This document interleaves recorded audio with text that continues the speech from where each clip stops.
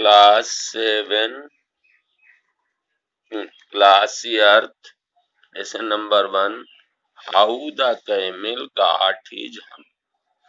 ऊंट ने अपना हम्प यानी पीठ का कुबड़ कैसे प्राप्त किया, मतलब ऊंट के कुबड़ कैसे हुआ। इन द बिगिनिंग, शुरुआत में, when the world was new, जब संसार नया था, and the animals were just beginning to work for man, और जानवरों ने मात्र मनुष्य के लिए काम करना शुरू किया था। There was a camel, एक ऊंट था, and he lived in the middle of the howling desert, और वो बहुत गर्म मरुस्थल के बीच में रहता था। Because he did not want to work, क्योंकि वो काम नहीं करना चाहता था।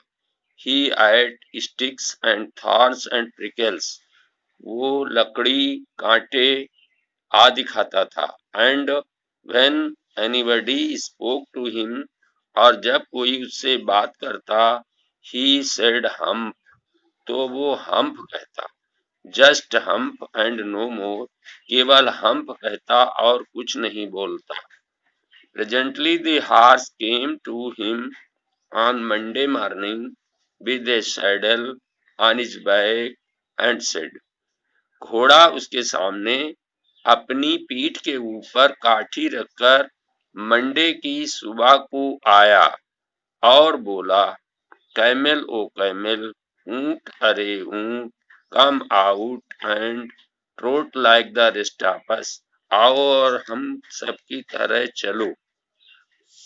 हम्प सेड द कैमल, ऊंट ने कहा hump, and the horse went away and told the man, और घोड़ा चला गया, उसने बात आदमी को बताई। Presently the dog came to him, कुत्ता उसके सामने आया, with a stick in his mouth, उसके मुंह में एक छड़ी थी, एंड सेड, और बोला, कैमल ओ कैमल, ऊंट अरे ऊंट, come and fetch and carry like the rest of us, आओ हमारे साथ और सामान को लाओ और ले जाओ जैसे हम सब करते हैं। Hump said the camel, camel ने हम्प कहा, and the dog went away and told the man, और कुत्ता चला गया और उसने ये बात आदमी को बताई। Presently the ox came to him, बैल उसके सामने आया, with the yoke on his neck, अपने गर्दन पर यूक रख करके आया, एंड सिड, और बोला, camel O camel, come and plough like the rest of us, आओ और हम सब की तरह खेत जोतो। हम्प सेड द कैमल, ऊंट ने हम्प कहा, and the ox went away and told the man, और बैल चला गया और उसने बात आदमी को बताई। At the end of the day the man called the horse and the dog and the ox together and said, इन दिनों के अंत में आदमी ने घोड़े को, कुत्ते को और ऑक्स को एक साथ बुलाया और बोला, थ्री ओ थ्री, तीनों मेरी बात सुनो, अरे तीनों, I am very sorry for you, मुझे तुम्हारे लिए बहुत दुख है।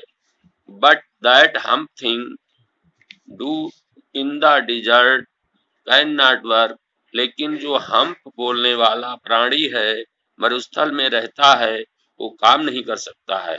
Or he would have been here by now, या वो अब तक यहाँ आ चुका होता। So I am going to leave him alone, इसलिए मैं उसे अकेला छोड़ने जा रहा हूँ। And you must work double time to make up for it, और तुम्हें इस कार्य को पूरा करने में दूने समय तक कार्य करना पड़ेगा। That made the three very angry, ये बात सुनकर तीनों बहुत नाराज हुए। And they held a panchayat on the edge of the desert, उन्होंने मरुस्थल के किनारे पर एक पंचायत बुलाई। The camel came chewing curd and laughed, at them. Then he said hump and went away again. ऊंट आया आगुर करता हुआ और उसने उनका मजाक उड़ाया और हम्प कहा और दोबारा चला गया. Presently there came along the jinn who was in charge of all desert. वहीं पर तुरंत ही जिन्न आया जिसके चार्ज में पूरा मरुस्थल था.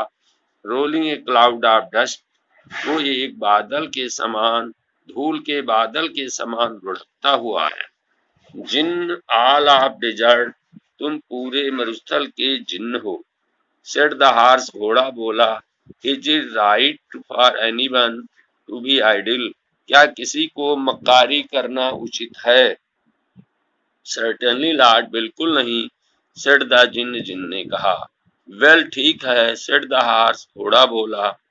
There is a thing in the middle of your desert with a long neck and long legs, and he has not worked a stroke of work since Monday morning.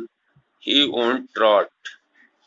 ठीक है, एक तो मरुस्थल के बीच में एक जानवर है और उसकी गर्दन लंबी है, पैर लंबे हैं. उसने एक भी काम मंडे मॉर्निंग से नहीं किया है और वो हिला भी नहीं. व्यू, सेड द जिन्न whistling, जिन्न ने सीटी बजाते हुए व्यू कहा. दैट इज माई कैमल, और बोला वो मेरा ऊंट है. What does he say about it, वो इस काम के बारे में क्या उत्तर देता है? ही सेज हम्पो, हम कहता है. एंड ही वोंट प्लाउ, और वो जोतेगा नहीं. सेड द ऑक्स, बैल बोला. वेरी गुड, बहुत अच्छा. सेड द जिन्न, जिन्न ने कहा. I will hump him if you will kindly wait a minute. मैं उसे हम्प सिखाऊंगा अगर तुम 1 मिनट इंतजार करो.